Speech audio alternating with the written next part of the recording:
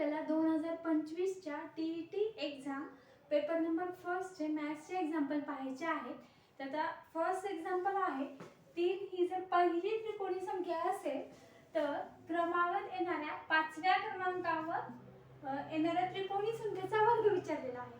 तर आधी आपण त्रिकोणी संख्या म्हणजे काय ते समजून घेऊया, कशा काढायच्या ते बघून घेऊया.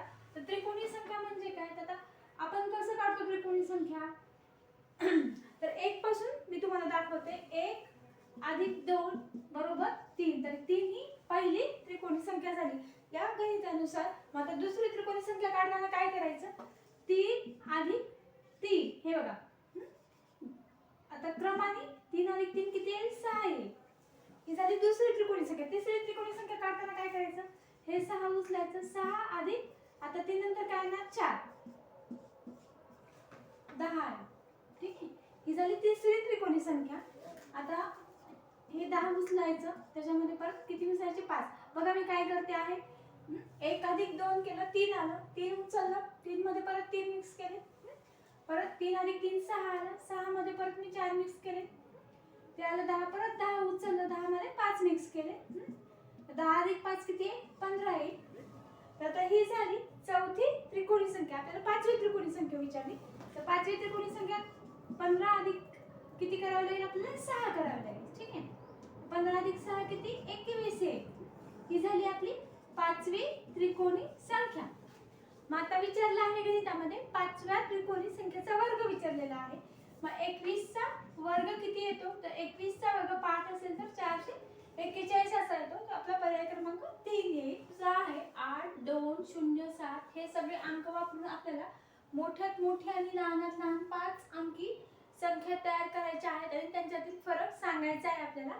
तर आता इथे बघा दिल्या आहेत आपल्याला 4 संख्या 8 2 0 आणि 7. यांच्यापासून आपल्याला 5 अंकी मोठ्यात मोठी संख्या तयार करायची आहे. मोठ्यात मोठी संख्या तयार करताना कधी पण मोठा नंबर आपण आधी लिहित असतो आणि मोठी संख्या आता 5 अंकी संख्या तयार करायची आहे. दिलेले आहे 4 अंक, त्याच्यामुळे मोठा अंक आपण रिपीट करायचा एक वेळेस मोठी संख्या तयार करतो म्हणून 8 8 आणि त्याच्यानंतरचा मोठा अंक आहे 7.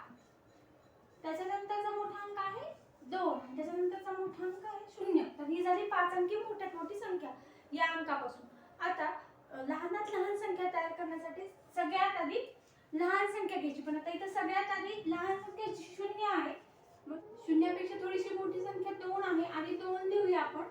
आणि 2 नंतर 0 2 वेळेस लिहायचे आपल्याला, कारण लहानात लहान संख्या तयार करायची. तर इथं जर 0 नसतं 1 असतं तर त्यावेळेस कसं करायचं, 0 जर नसेल, शून्याच्या ऐवजी 1 असेल तर 1च मी 2 वेळेस रिपीट केलं असतं. आणि आता 1 पेक्षा थोडंसं मोठी संख्या 2 आणि त्याच्याहून थोडीशी मोठी 7 आणि नंतर 8. आता इथं पण उतरत्या क्रमाने आपल्या ह्या ओरिजिनल संख्येमध्ये 7 आणि 8. तर ही संख्या तयार होते 0 असताना लहानात लहान संख्या आणि 0 नसताना लहान संख्या 2 वेळेस रिपीट करायची. ठीक आहे, आता यांच्यातला फरक काढूया आपण. तर 10 2 येईल 1 11 2 7 4 इथं 6 आणि इथं 8 आणि इथं 6. तर पर्याय क्रमांक आपला 2 येईल. ठीक आहे, पुढचं गणित आहे नमित आणि ग्रह उद्योगासाठी दशादशे 7.1/2 दराने बँकेकडून 1,50,000 रुपये घेतलेले आहेत. ते घेतलेले आहेत 8 वर्षासाठी. तर त्या 8 वर्षाच्या मुदतीनंतर कर्जफेडीसाठी तिने किती रक्कम बँकेला परत करावी असं विचारलेलं आहे. म्हणजेच आता या गणितामध्ये आपल्याला पहिल्यांदा सरळ व्याज काढावे लागेल. ठीक आहे, सरळ व्याज काढून पण सरळ व्याज काढलेलं उत्तर असेल का, तर नाही. सरळ व्याज अधिक आपण आपली ही जी मुद्दल आहे त्यांची बेरीज केल्यानंतर रास येते, तर ती रास यांनी विचारलेली आहे. तर आपल्याला सरळ व्याज बरोबर माहिती आहे. सरळ व्याजाचे सूत्र आहे म द क छेद 100. म म्हणजे मुद्दल, द आणि काळ. इथे मुद्दल दिलेला आहे. मुद्दल किती आहे, 1,50,000 मुद्दल आहे. दर किती आहे, तर दर हा दर आहे 7.1/2. तर यालाच आपण असं पण करू शकतो. आता इथे बघा 7 गुणिले 2 करायचं अधिक 1. ठीक आहे, आणि छेद जसंच तसं 7 गुणिले 2 किती, 14 अधिक 1 छेद 2, 15/2 होईल याचं रूपांतर. ठीक आहे, तर दर आहे 15/2 गुणिले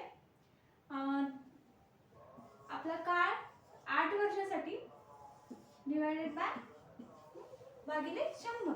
ठीक आहे, हे शून्य आणि हे 1,50,000चे शून्य सारखे सारखे कॅन्सल होतील, कट केले आपण.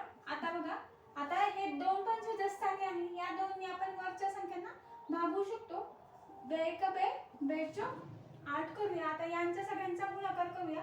तर आता 15 चौक 60 येईल, 15 चौक 60 आणि आता 60 ला आपण परत 15 ने गुणलं, 15 चौक 90 येईल, 900 येईल यांचा गुणाकार. आणि हे उरलेले 2 शून्य ठेवून देऊया 900 वर, 900 आणि हे उरलेले 2 शून्य. तर व्याज येईल 90,000 आणि आपलं मुद्दल काय होतं, तर मुद्दल होतं 1,50,000 हे मुद्दल आहे. तर ते त्याच्यामध्ये आपण मिसळूया.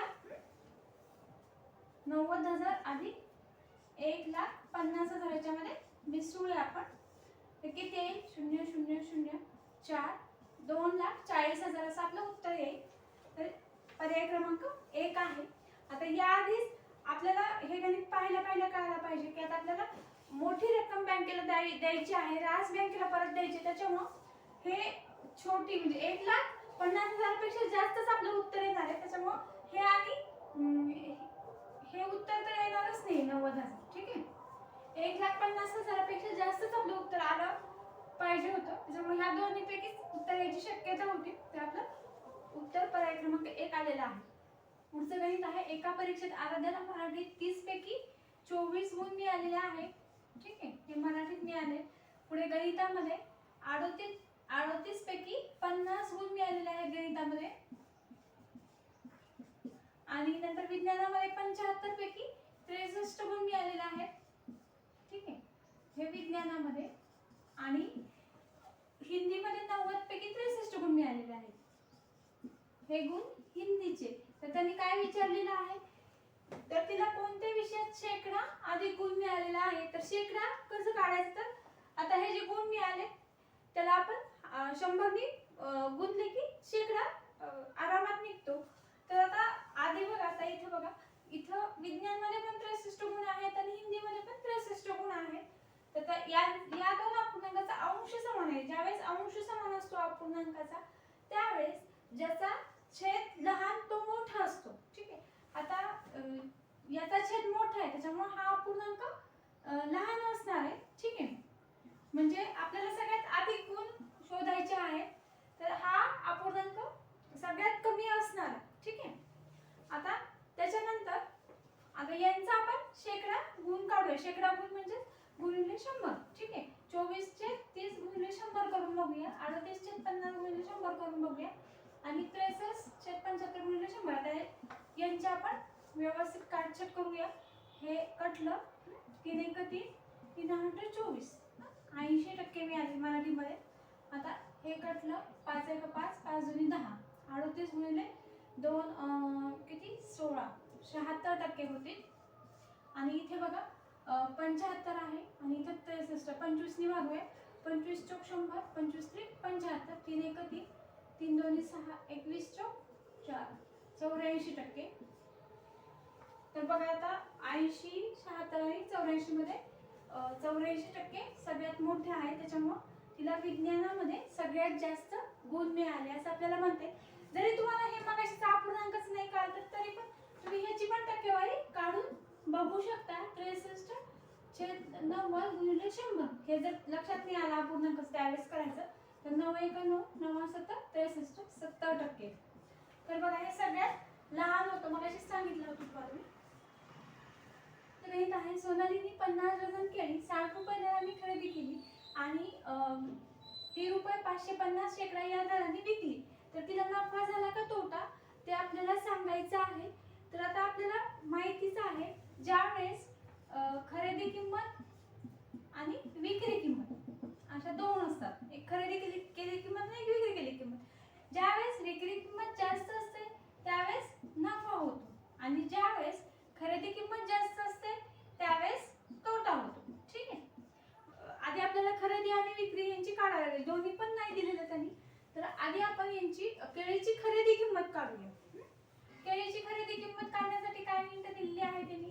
50 डझन केळी तिने घेतली 60 रुपये दराने. ठीक आहे, 50 डझन केळी रुपये 60 रुपये, म्हणजे एक डझन केळी 60 रुपयाला असेल तर 50 डझन 50 गुणिले 60 या तर किती येईल?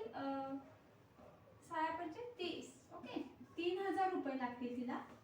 3000 रुपयाला केळी खरेदी केली आणि आता हीच केळी तिनं 550 रुपये शेकडाने विकली. म्हणजे आता केळी शेकड्यामध्ये जर विकली तर आपल्याला केळीची संख्या काढावी लागेल.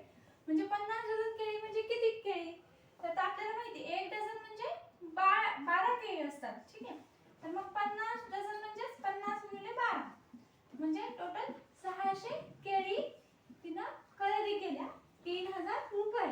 ठीक आहे, आता ही झाली आपली खरेदी किंमत.